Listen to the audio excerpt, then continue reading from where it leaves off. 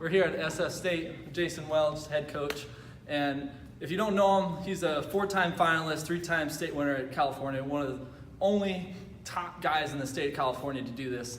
So Jason, kind of talking, we're in the postseason now, mental mindset. When you're a freshman, you're coming in, how are you mentally preparing yourself with all the nerves, all the different things going on? Yeah.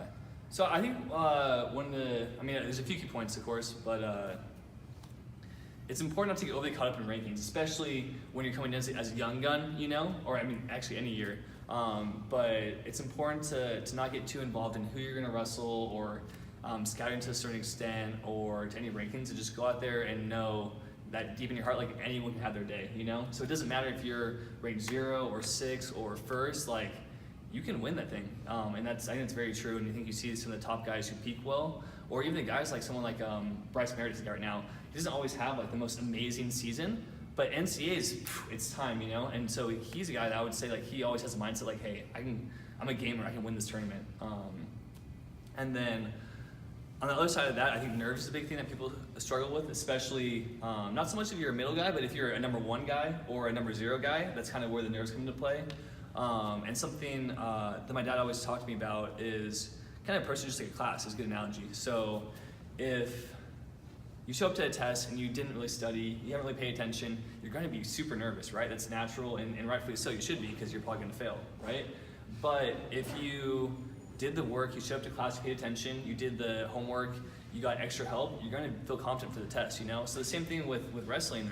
If you look back, and you can't lie to yourself, if you went to practice lifting, and not only you went, but you had high quality practices, you stayed after, you did extra work, you went to a summer camp or worked out all summer, like what you did or didn't do. So if you did the work, you should feel confident and feel good.